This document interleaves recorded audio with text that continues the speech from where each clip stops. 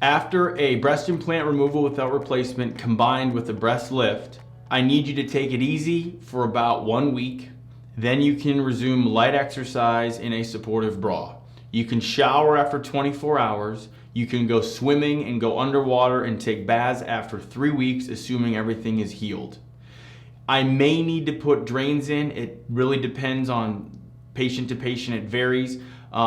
Usually if I'm performing a breast implant removal with capsulectomy and a breast lift, I don't need to put drains in because we tightened up the soft tissue, so there's not a whole lot of space to collect fluid.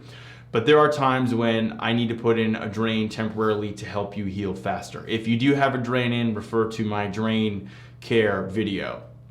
Otherwise, you can shower after 24 hours, you can exercise after 1 week in a supportive bra, and you can go underwater, baths, swimming pools, that kind of thing after 3 weeks, assuming you're all healed up. I do want you to wear some type of compression and support on your breasts for 2 months after surgery to help everything heal up.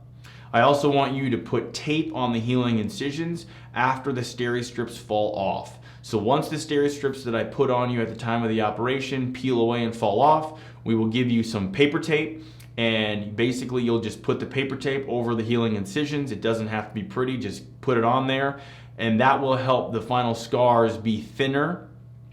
The paper tape kind of serves as an external splint to help to minimize motion along the incision line, which leads to a better scar in the end.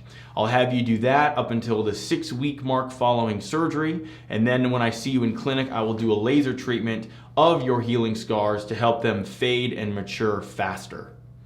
If I performed fat grafting at the same time as your breast implant removal and lift, do not ice anything. Don't ice your chest because the ice can kill the fat. Even if you didn't have fat injected, please do not ice anything because the ice can decrease blood flow to your skin and lead to tissue loss.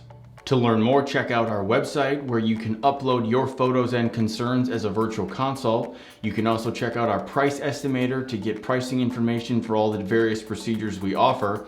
And finally, if you'd like to have your questions answered on a future podcast or Q&A video session like this, please leave a message on our SpeakPipe. You can go to our blog page and our SpeakPipe is located there. Thanks for listening.